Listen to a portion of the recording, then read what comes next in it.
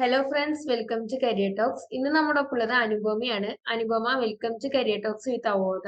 Thank you. Anupama, എവിടെയാണ് വീട്? എന്റെ വീട് മലപ്പുറം. കല്യാണം കഴിച്ച വീട് പാലക്കാടാണ്. ഓക്കെ. അവോധിൽ ഏത് കോഴ്സാണ് അനുപമ ചെയ്തിരുന്നത്? Autocad 3ds Max Revit. Okay. വീട്ടിൽ ആരൊക്കെയുണ്ട്?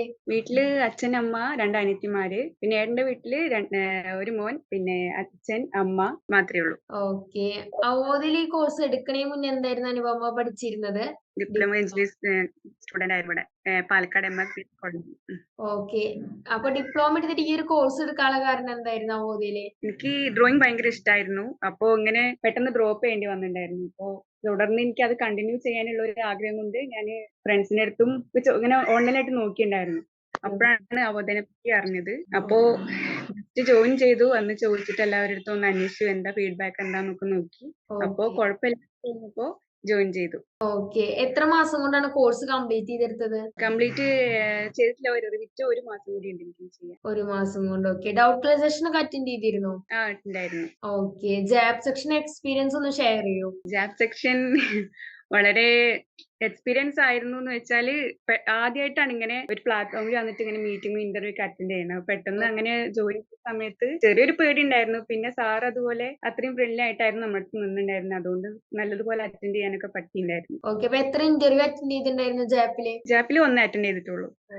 മോക്ക് ഇന്റർവ്യൂ അറ്റൻഡ് ചെയ്തിരുന്നോ? ഉണ്ടായിരുന്നു. ഓക്കെ. അതിലെ എക്സ്പീരിയൻസ് എങ്ങനെയായിരുന്നു? അതും നല്ലതായിരുന്നു. കുഴപ്പമുണ്ടായിരുന്നില്ല. ചെറിയ ടെൻഷൻ ഒക്കെ ഉണ്ടായിരുന്നു. പിന്നെ സാർ കൂടെ നിന്നതുകൊണ്ട് പ്രശ്നം ഉണ്ടായിരുന്നില്ല. ഓക്കെ. നമ്മുടെ അവോധ ക്ലാസ്സുകൾ ഓൺലൈൻ ക്ലാസ് ആയിരുന്നല്ലോ. അപ്പൊ അതെങ്ങനെയായിരുന്നു? ക്ലാസ് ഒക്കെ ഹെൽപ്ഫുൾ ആയിരുന്നു കേൾക്കാനായിട്ട്? നമുക്ക് ക്ലിയർ ആയിട്ട് പറഞ്ഞു തരുമായിരുന്നു അവർ. ഓക്കെ. ഓരോ സെക്ഷനും നമുക്ക് പിന്നെ കണ്ടോണ്ടിരിക്കാം. ഇപ്പൊ നമ്മൾ എത്ര ജോലിയിലാണെങ്കിലും പിന്നെയും വന്ന് കണ്ടോണ്ടിരിക്കാം വീഡിയോസ്. കണ്ടിന്യൂ ചെയ്യാം. ഇപ്പോ അനുപമ ഇന്റേൺഷിപ്പ് ആണോ ഡയറക്റ്റ് ജോബ് ആണോ? ഇന്റേൺഷിപ്പ്. കമ്പനി നെയിം ഒന്ന് പറയൂ. മേപ്പായിട്ട് എറണാകുളം. ഓക്കെ. ഓക്കെ. വർക്കൊക്കെ എങ്ങനെ പോകുന്നു? നന്നായിട്ട് പോകുന്നു. കുഴപ്പമൊന്നുമില്ല. ഓക്കെ. വർക്കേഴ്സ് സപ്പോർട്ടീവ് ആണോ? അതെ അതെ. ഓക്കെ.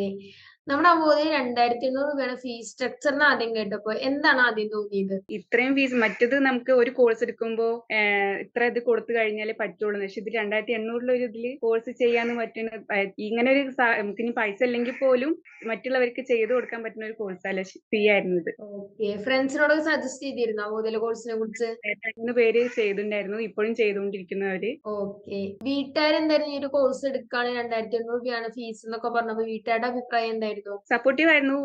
ചെയ്യാൻ പറ്റുകയാണെങ്കിൽ ഇന്നെ ചെയ്തോന്ന് പറഞ്ഞിട്ടുണ്ടായിരുന്നു. ഓക്കെ. ഇത്ര ഫീ ഉള്ളൂ. ഓക്കെ.